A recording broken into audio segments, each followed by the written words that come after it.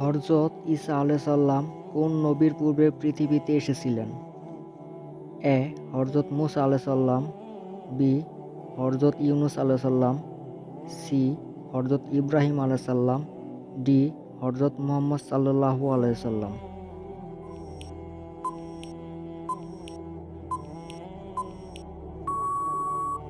উত্তর হবে ডি.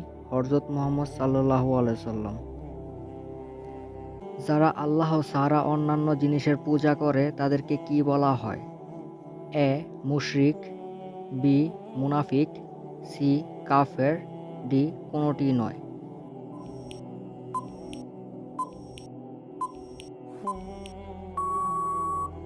উত্তর হবে এ. মুশরিক। নিচের কোন কথাটির সাথে আরশে আজিম সম্পর্কযুক্ত? এ. আল্লাহর অবস্থান, বি. সবচেয়ে বড় জান্নাত, সি. সবচেয়ে ছোট জান্নাত, ডি. কোনটি নয়।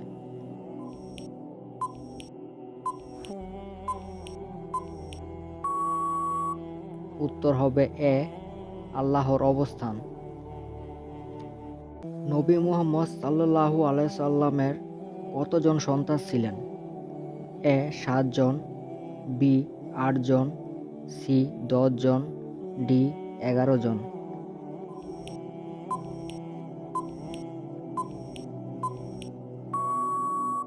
উত্তর হবে এ. ৭ জন।